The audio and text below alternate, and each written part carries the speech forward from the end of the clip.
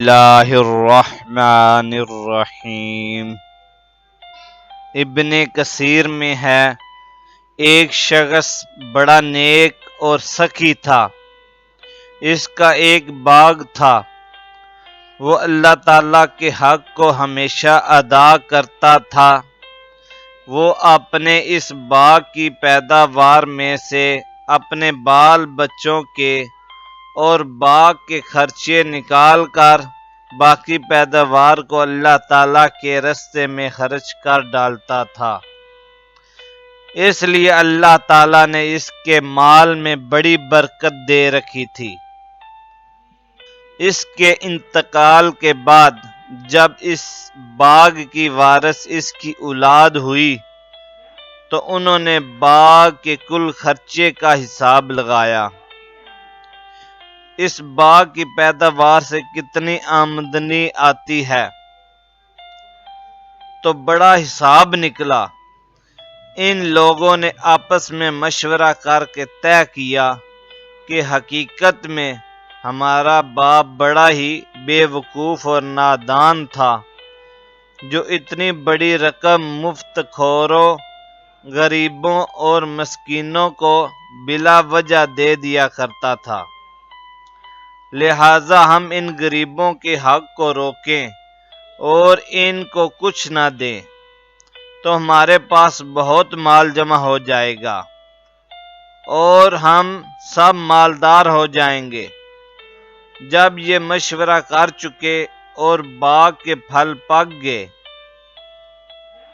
اور کھیتی تیار ہو گئی اور رات کو ہی ان لوگوں نے آپس میں ایک دوسرے کو قسم دی کہ رات ختم ہونے کے قریب، یعنی جب ہلکی سی روشنی ہو جائے گی تو پھل توڑ لائیں گے تاکہ کسی کو خبر بھی نہ ہو۔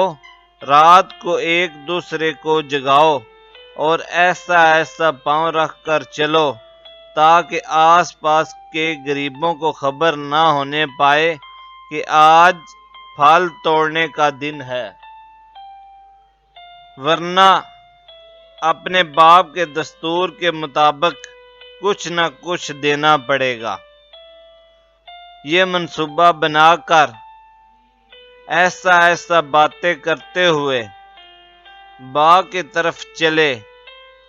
ادھر ان کے آنے سے پہلے ہی باغ پر اللہ کا عذاب آ گیا اور آگ نے باغ کو جلا کر خاک کر دیا۔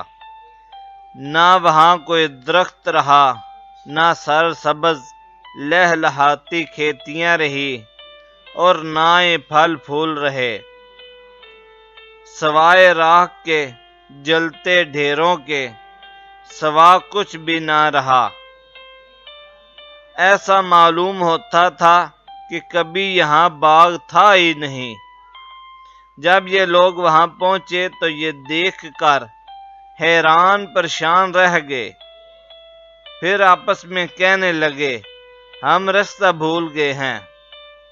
پھر نشانات وغیرہ دیکھ کر سمجھ گئے اور کہنے لگے کہ ہماری بدنیتی اور بخیلی کے سبب باغ جل گیا اور برے نتائج نکلے ہیں۔